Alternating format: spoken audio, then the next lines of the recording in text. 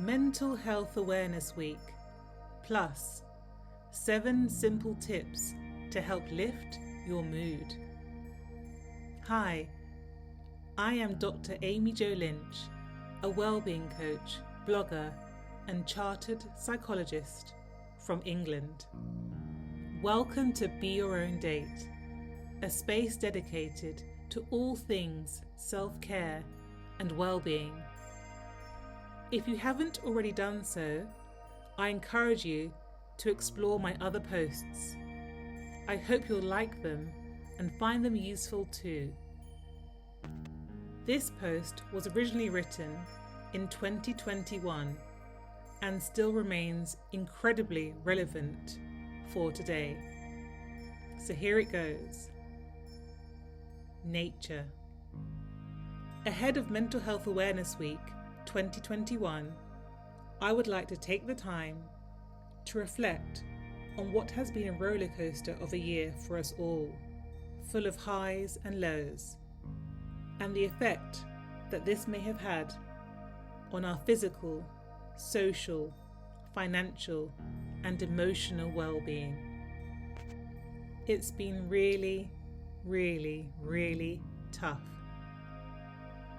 The theme for Mental Health Awareness Week this year is nature, which really resonates with me, having spent so much time indoors lately.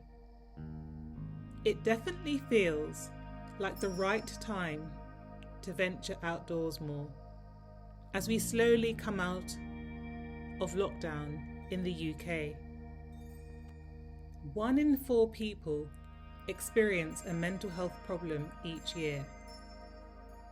Mental health is more prevalent than you might think, affecting 1 in 4 people each year in England, according to the mental health charity Mind. Experiencing a mental health problem can have a negative impact on a person's day-to-day life, as well as the people around them, and disproportionately affects those from minority groups, such as young women, Black and LGBTQI+ communities. And what about all the key workers, as well as the children and young people studying during such an uncertain time? Common mental health problems reported include anxiety and depression. But there are also some complex diagnoses to consider, albeit less common, such as bipolar disorder and schizophrenia, with symptoms including a significantly distorted perception of reality. More information can be found on Mind's website. Check the description for links to these resources. Together, I hope that we can continue to raise our awareness and understanding of mental health, whilst removing the stigma attached to it, so that more people can be open about their experiences, as well as access the support and services that they might need. If you are listening to this and worried about your mental health and/or are experiencing emotional distress, don't be afraid to reach out and let someone know. Someone who you trust, whether that's a friend, family member, loved one, your GP, or a charity helpline support worker. You have nothing to be ashamed of, and sharing how you are feeling will hopefully help to ease your worries a little, and perhaps encourage you to seek support. The sooner, the better. I previously worked in mental health for many years and have experienced poor mental health myself. This is why I firmly believe that the more we talk about it and open up, the better it is for our mind, body and soul.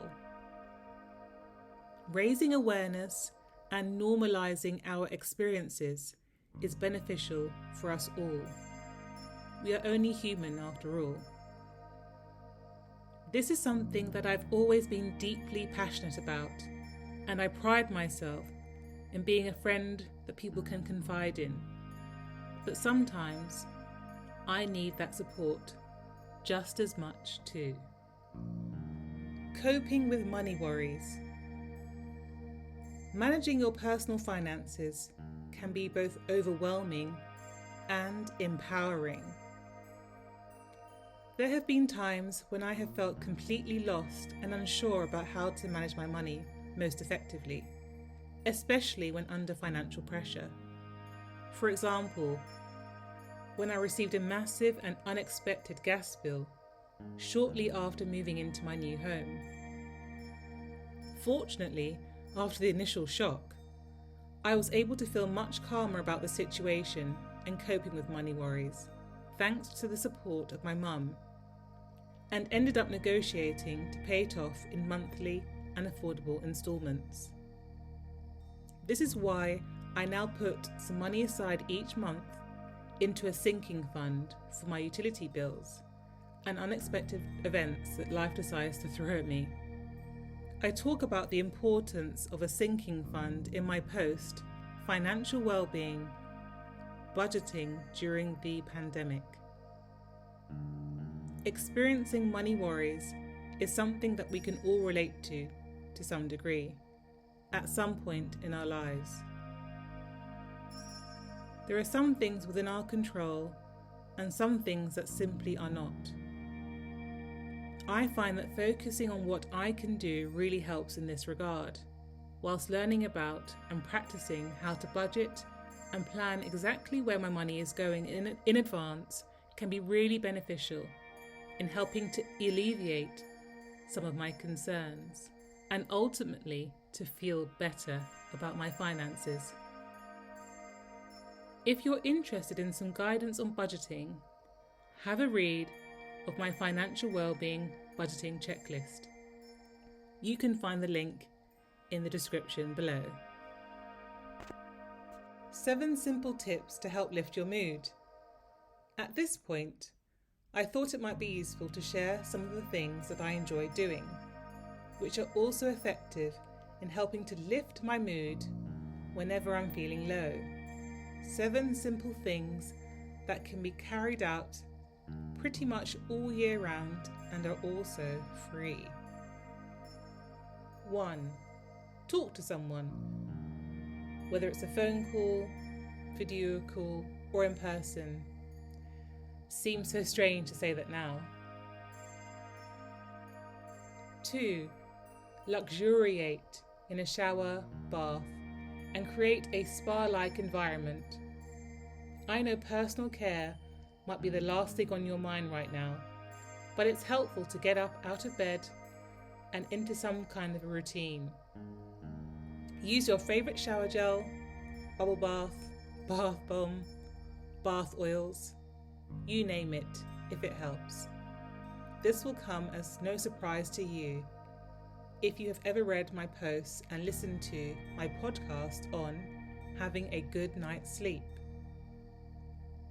3. Go for a walk. It doesn't have to be a marathon. A walk around the block will do. It's just nice to get out and get some fresh air and hopefully a little bit of sunshine and vitamin D too, although you never know with our British weather. If you can manage it, go for a long walk in your local park and connect with nature. The theme for Mental Health Awareness Week this year. 4. Treat yourself to something small. It's so important to practice self-care and being kind to yourself. Go on, do it. 5. Journaling. Write or type your thoughts down and perhaps rate how you're feeling on a scale of 1 to 10 on a daily basis for a little while. Getting into this routine can be a cathartic experience and also helps to keep track of your thoughts and mood. 6.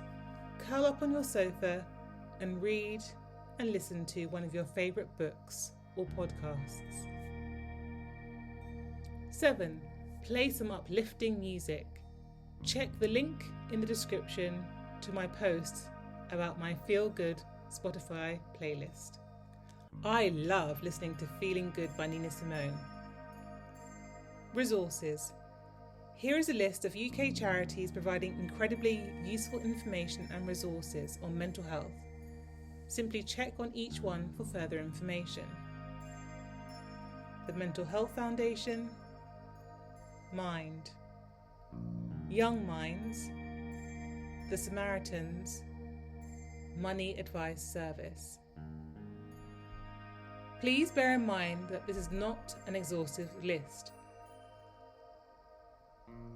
If you know of any other helpful resources promoting mental health, please share them in the comments section below and connect with me on your socials. My handle is @BeYourOwnDate. One-to-one Wellbeing Coaching. I am delighted to share that I can support you with your life and work transitions through one-to-one wellbeing coaching. Curious to know more? Read about my unique approach, personalised coaching program, and what to expect while we work together. Link in description.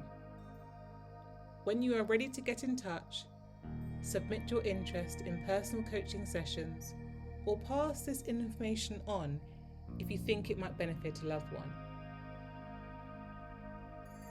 Share and subscribe. I hope that you have found this information useful.